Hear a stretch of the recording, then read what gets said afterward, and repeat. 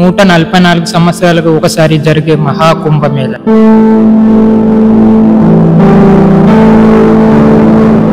అఘోరాలు, నాగసాధువులు, 44 రోజుల పాటు జరిగే పుణ్యస్నానాలు, భూమిపై జరిగే అతి పెద్ద పండుగ. ఈ ప్రదేశంలో చూడవలసిన అతి ముఖ్యమైన దేవాలయాలలో బడే హనుమాన్ ఒకటి.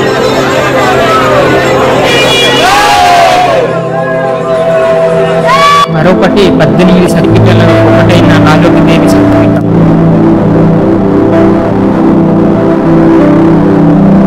హలో ఫ్రెండ్స్, నమస్తే. నేను మీ Surya. Welcome to my channel. ఇదే నేను వెళ్ళబోయే బస్ అనమాట. చిల్పూల్ బస్ లోపలికి వెళ్తుందండి. చూడండి ఎలా ఉందో. చూడడానికి అయితే బాగుంది, కానీ లోపల మెయింటెనెన్స్ అయితే నచ్చలేదు. ఇంకోటి ఏంటంటే ఇక్కడ ఇద్దరికి ఇచ్చిన సీట్ ఒక్కడికి ఇవ్వాల్సింది. చూడండి ఎంత చిన్నది. ఆయనము పెద్దవాడు, నేను చిన్నవాడు కాబట్టి కొంచెం అడ్జస్ట్ అయ్యి వెళ్ళిపోయామన్నమాట. జర్నీ అయితే స్టార్ట్ అయింది. చూడండి అలా మెల్లేసి వెళ్తుంది. కొంచెం లేట్ అయినా వచ్చింది, అందుకు కొంచెం లేట్గా బయలుదేరింది అనమాట. పర్వాలేదు, అలా వెళ్తుంది. చూడండి ఇటైతే ఏదేదో మొక్కలు అయితే నాటేస్తున్నారు. వరి కూడా వేసారు అనమాట. అందులో చాలా కూరగాయలు కూడా వేస్తున్నారు. చూడండి ఎలా ఉందనేది.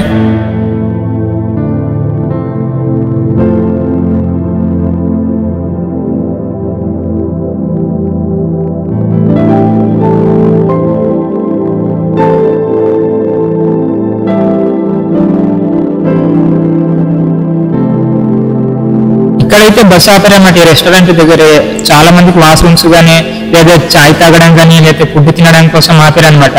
చూడండి ఏదైనా కొనుక్కుందామని నేను కూడా దిగాను అనమాట. దిగిన తర్వాత 10 కాలం ఉండడం అని ఒక చాయ్ ఆర్డర్ చేశాను అనమాట. చాయ్ రెడీ చేశారు. ఇది చాయ్ తీసుకున్నాను. చాయ్ తాగితే కొంచెం బాగానే ఉంది, అనంతా కాకపోయినా పర్వాలేదు. ఇది తాగిన తర్వాత హోటల్ లోపల వెళ్ళి ఫుడ్ ఆర్డర్ ఇచ్చాను అనమాట. దీన్ని తాలి అంటారు. అది చావల్ కొంచెం ఇచ్చి 2 రోటీలు ఇచ్చి పప్పు రైస్ ఏదేది ఇచ్చారో దాన్ని తాలి ఎంత 100 రూపాయలు తీసుకున్నారు. తినేసి అయితే బయలుదేరిపోతున్నాం. బస్ అయితే ఇప్పుడు బయలుదేరింది.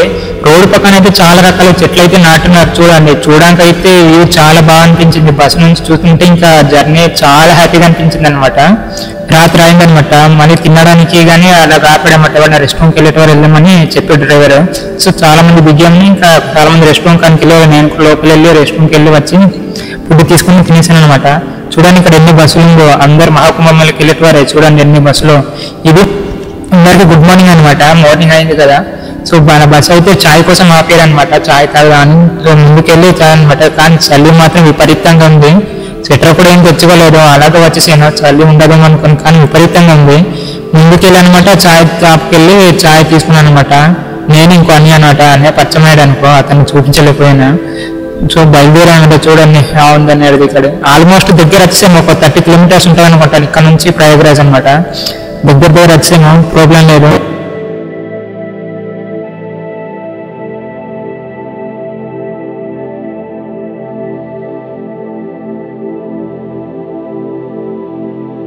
ఇప్పుడైతే బస్సు దిగేదాం గైస్. ఇక్కడ నుంచి కొంత దూరం నడుచుకుంటూ వెళ్ళాలంటే ఒక 1 కిలోమీటర్ ఉంటుంది. ఆ ముందుకెళ్తే అక్కడ ఉంటుందన్నమాట. అటుకోలు అన్నీ ఉంటుందన్నారు. బస్సులు కూడా అక్కడ వస్తారన్నారు. అన్ని వాళ్ళే నాకు తెలిసినారు. అక్కడ ముగ్గురు కూడా హిందీ వాళ్ళే. అలా వాళ్ళతో పాటు నడుచుకుంటూ ముందుకు వెళ్తున్నాను అనమాట. నాకైతే హిందీ రాదు, కొంచెం కొంచెం వచ్చు. అలా మేనేజ్ చేసుకుని అలా ముందుకు వెళ్తున్నాను అనమాట. ముందుకెళ్ళి ఆ జంక్షన్ కనిపిస్తుంది, అక్కడ నుంచి అట్టోలు ఉంటుంది అనమాట. చూడండి ప్రయాగరాజ్ 21 కిలోమీటర్స్ అన్నది అట్టే వెళ్ళాలి. చూడు సెక్యూరిటీ ఎలా ఉన్నారో. అట్టో ఒకటి కనిపిస్తుంది, అక్కడ వెళ్ళి ఆయనకు అట్టో మాట్లాడాలి. ఇది అనమాట అట్టో. అడిగితే 200 అన్నారు. 150 ఇస్తామని వెళ్ళమన్నారు. ఇప్పుడు ఇంకో ఆటోకి వచ్చాను. ఈ ఆటోకి 200 కాకుండా 150 తెప్పుకున్నాడు. సో ఆ ఆటోకి అయితే నేను బయలుదేరాను అనమాట. 4 కూర్చొని ఒక్కడికి 150 అనమాట. అలా వెళ్ళాలి అంటే 20 కిలోమీటర్లు వెళ్ళాలన్నమాట. 150 తీసుకుంటున్నాడు. అలా బయలుదేరి మహాకుంభమేళ అంటే ఏంటి, అసలు ఎందుకు జరుపుకుంటారు అనేది ఇప్పుడు మనం తెలుసుకుందాము. దుర్వాస మహర్షి ఒకరోజు ఇంద్రలోకానికి వెళ్తాడు. అతను వెళ్తూ ఇంద్రునికి ఏదైనా తీసుకువెళ్ళాలని అతనికి వరంగా వచ్చినటువంటి మాలను తీసుకుని వెళ్తాడు. ఆ మాలను గిఫ్ట్గా ఇంద్రునికి ఇస్తాడు. అతనికి లెక్క లేకుండా ఆ మాలను తన వాహనమైనటువంటి ఐరావతానికి ఇస్తాడు. దాని గురించి తెలియక అది దాని కాలు కింద పడేసి తొక్కేస్తుంది. అది చూసిన దుర్వాస మహర్షి ఎక్కడ లేని కోపం వచ్చి ఇంద్రునికి శపిస్తాడు. నేను చూసైతే నీ ఇంత అహంకారం ఉన్నావు, అవన్నీ నీ నుంచి దూరం అయిపోతాయి. అంటే నీకున్న శక్తులు, నీ సింహాసనం మొత్తం నీ నుంచి దూరం అవుతాయని శపిస్తాడు. ఆ తర్వాత దేవతల శక్తులు మొత్తం పోతుంది. అప్పుడు రాక్షసులు దేవతల మీద యుద్ధం చేసి తన సింహాసనాన్ని దక్కించుకుంటారు. ఇప్పుడు దేవతలందరూ మహావిష్ణు దగ్గరకు వెళ్తారు. అప్పుడు మహావిష్ణు దేవతలందరికీ ఇలా అంటాడు. పాల సముద్రం గురించి అతనికి వివరంగా చెప్తాడు. ఆ పాల సముద్రం కింద అమృతం ఉంది, ఆ ఒక్కటి మిమ్మల్ని కాపాడగలదు. కాకపోతే దాన్ని చిరకాలి. చిరకాలని దేవతలు ఒక్కరే సరిపోదు, రాక్షసులు కూడా అవసరం ఉంటుంది. ఇద్దరు కలిసి చిరకాలి అని అంటాడు. అప్పుడు దేవతలు మరియు రాక్షసులు ఒక అగ్రిమెంట్ వచ్చారు. పాల సముద్రం నుంచి బయటకు ఏది వచ్చినా సరే సగం సగం పంచుకోవాలి, ఇంక్లూడ్ అమృతంతో సహా.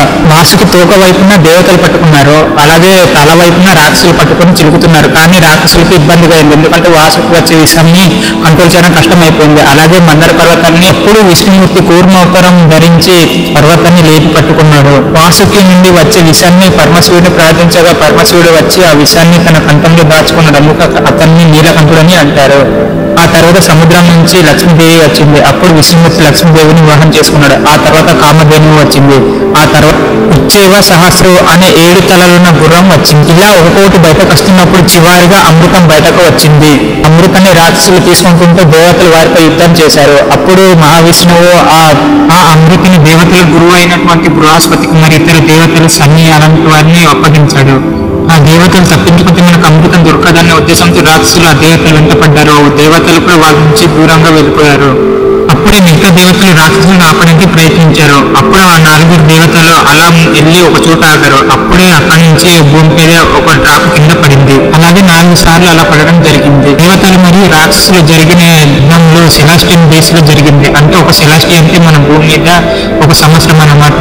అలాగే 12 రోజుల్లో అక్కడ యుద్ధం జరిగింది. ఆ సమయంలో మన ఎత్తు మీద అలా 12 సంవత్సరాలు గడిచిపోయాయి. దేవతలు 4 సార్లు ఆగారు కదా, కానీ 4 దేవతలు ఒకే చోట ఆగారు అనమాట. అప్పుడే ఒక చుక్క భూమి మీద పడింది. అదే అలహాబాద్ లో ఉన్నటువంటి ప్రయాగ్రాజ్ లో పడింది అనమాట. ఇప్పుడు దాన్ని ప్రయాగ్రాజ్ అని పిలుస్తున్నాం. మిగతా 3 చుక్కలు హరిద్వారం, నాసిక్, ఉజ్జయిన్ లో పడింది. ఈ చుక్కలు పడిన ప్రదేశాల్లో అమృతంగా డివైన్ గా తయారైంది. అలాగే భూమి మీద పడిన చుక్కలు ఏ సమయంలో పడింది అని దాన్ని బట్టి ప్రతి 12 సంవత్సరాలు ఒకసారి, అంటే దేవతలు రాక్షసులు జరిగే యుద్ధం ఆధారంగా తీసుకుని 12 సంవత్సరాలకు ఒకసారి జరిగే పూర్ణ కుంభమేళాన్ని అలా స్టార్ట్ చేశారు. ఇప్పుడు జరిగే 144 సంవత్సరాలకు ఒకసారి జరిగే మహాకుంభమేళ. చూడండి ప్రయాగ్రాజ్ అయితే వచ్చేసాం. చూడు బ్రిడ్జ్ కింద చూడండి ఎలా కట్టినారు చూసారా, లోపల టెంట్లు కానీ అదన్నీ కనిపిస్తుంది చూసారా. అదనమాట ఇప్పుడు మనం త్రివేణి సంఘంకి వెళ్తున్నాం. ఈ బ్రిడ్జ్ అవతల ఉందన్నమాట త్రివేణి సంఘం, అక్కడ వెళ్ళాలి. చూడు జనాలు కూడా చాలా మంది నడుచుకుంటూ వెళ్తున్నారు అనమాట. చూడు ఎలా ఇంత జనాలు ఉన్నారో, చాలా మంది ఉన్నారు నడుచుకుంటూ వెళ్తున్నారు అనమాట. మేమైతే అటు మా అదృష్టం కొద్ది అట్టు దొరికింది. ముందు ముందు ఎంత ట్రాఫిక్ ఉంటుందో తెలియదు, కానీ చాలా మంది అయితే నడుచుకుంటూ వెళ్తున్నారు. మేము అటు వెళ్తున్నాము.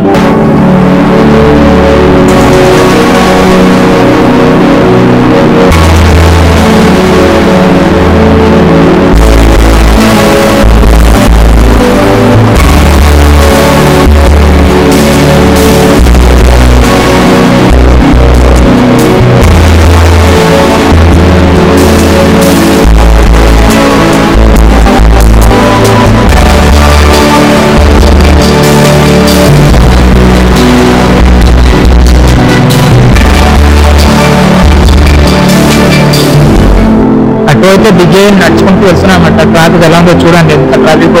అటు ఇంకేం వెళ్తుంది, అందుకు నడుచుకుంటూ ముందుకు వెళ్ళిపోతున్నామన్నమాట. ఇంకా కొంత దూరం వెళ్ళిన తర్వాత అక్కడ ఇంకో ఆటో పట్టుకొని వెళ్ళాలన్నమాట ముందుకి. సో అలా బయలుదేరిపోతున్నాము.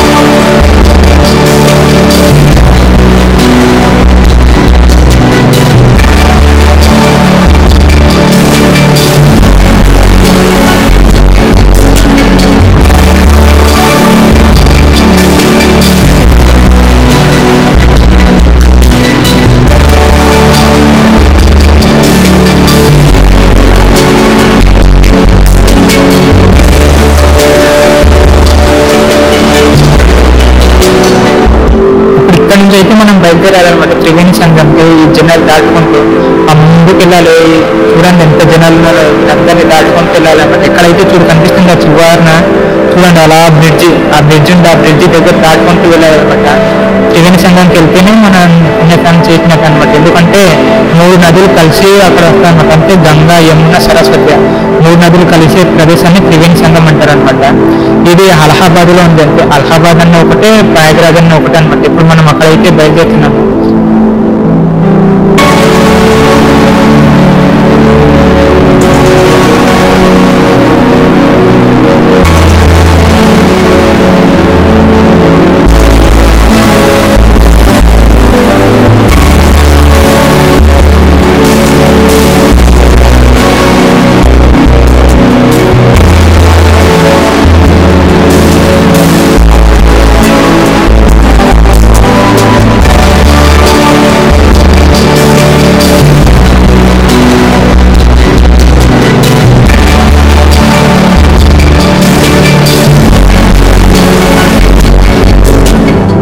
చూడండి guys, వెళ్ళే కొద్ది జనాలు పెరుగుతూనే ఉన్నారు.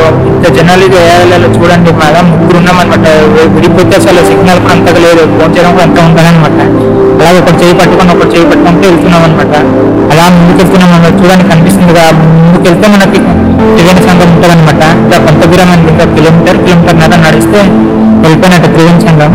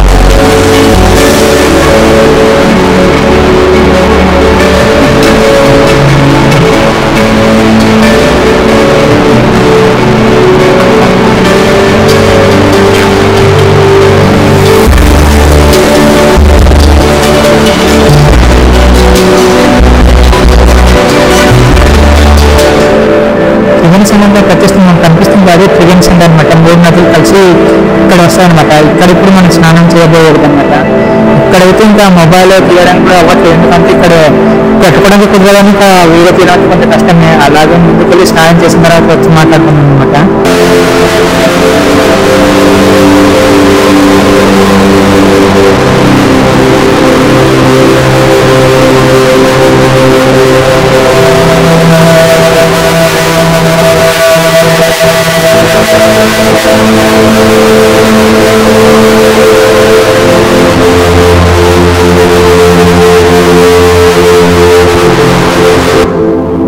సంఘంలో స్నానం అయిపోయింది అనమాట. స్నానం చేసి అలా వచ్చేసాను. ఇప్పుడు అన్ని వాళ్ళు లేరనమాట. నేను స్నానం చేసిన తర్వాత వాళ్ళు చేసినట్టు నేను అలాగే వెళ్ళామాట. ఇక్కడ చూడండి ఎలా ఉన్నారు జనాలు. ఇప్పుడు స్నానం అయిపోయి బట్టలు వేసుకుని ముందుకు వెళ్తున్నాను అనమాట. ఇక్కడ నుంచి ఇప్పుడు మనం 2 విజిట్ చేయాల్సిన ప్రదేశాలు ఉన్నాయి. ఒకటేమో బడే హనుమాన్ టెంపుల్, ఇంకోటేమో శక్తిపీఠంలో ఒకటైన అమ్మవారి అనమాట ఉంది ఈ ప్రయాగరాజ్లోనే. అక్కడ చూడమని వెళ్తున్నాను అనమాట. ఇక్కడ కుదురుతుంది లేదో తెలియాలి ఈ జనాల్లో. కుదరకపోతే జనాలు తగ్గిన తర్వాత వెళ్దామని అనుకుంటున్నాను. చూడం మరి ఎలా ఉండాలి అనమాట.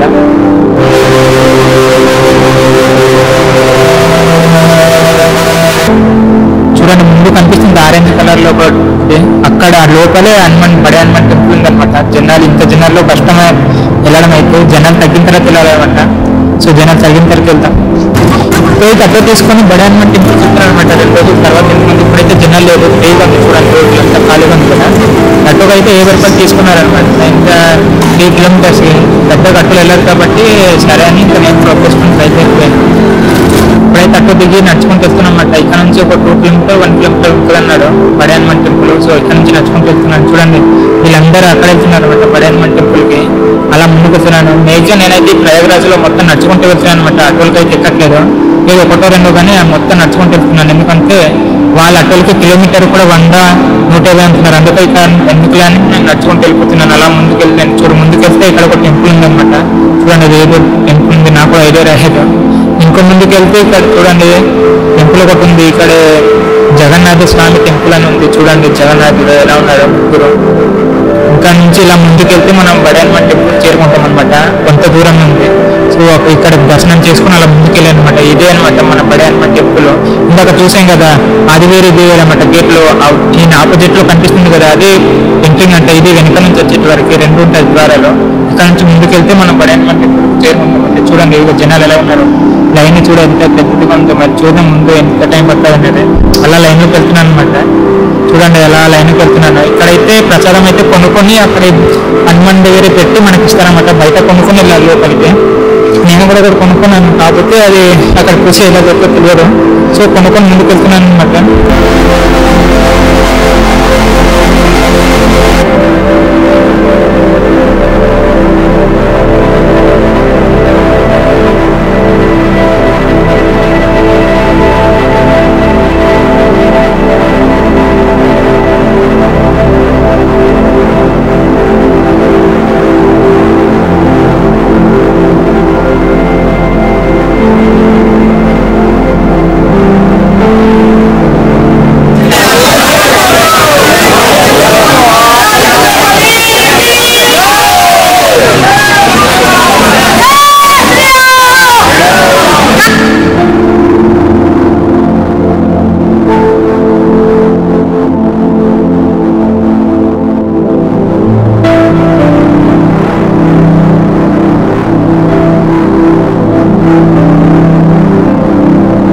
టెంపుల్ నుంచి బయటకు వచ్చేసి ఇప్పుడు అష్టదశ శక్తిపీఠాలు ఒకటైన అమ్మవారి టెంపుల్కి వెళ్తున్నాను అనమాట.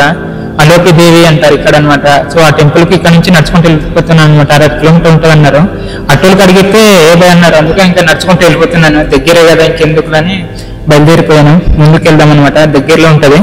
ఇలా నడుచుకుంటూ వెళ్తే టైం పాస్ అయిపోద్ది కదా అని నేను కూడా నడుచుకుంటూ వెళ్ళిపోతున్నాను.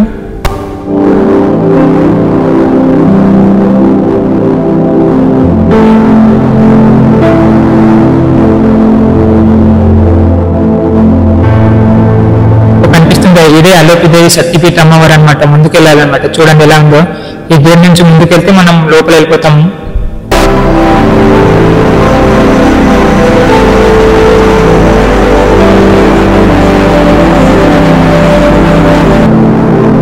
ఇక్కడ ముందుకెళ్ళి చూపిస్తాను అనమాట. లోపల దగ్గర చూడండి, గేట్ నుంచి లోపల వెళ్తున్నాను అనమాట. ఇప్పుడైతే లోపల వెళ్దాం ఏముందనేది చూడ. జనాలు కూడా అంత లేరు కానీ పర్వాలేదు అలా పీస్ఫుల్గా ఉంది. చూడండి అమ్మవారి టెంపుల్ ఏముంది అనేది బాగానే ఉంది.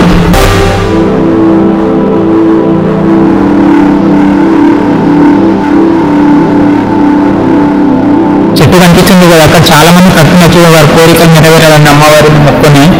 ఇంకా ఎలా ముందుకెళ్తే అయితే మనం అమ్మవారి లోపల వెళ్ళిపోతామట. చూడండి ఐదు అమ్మవారు అదృశ్యంగా ఉంటారు ఇక్కడ. ఉయ్యల్లోనే మనం పూజించుకోవాలన్నమాట.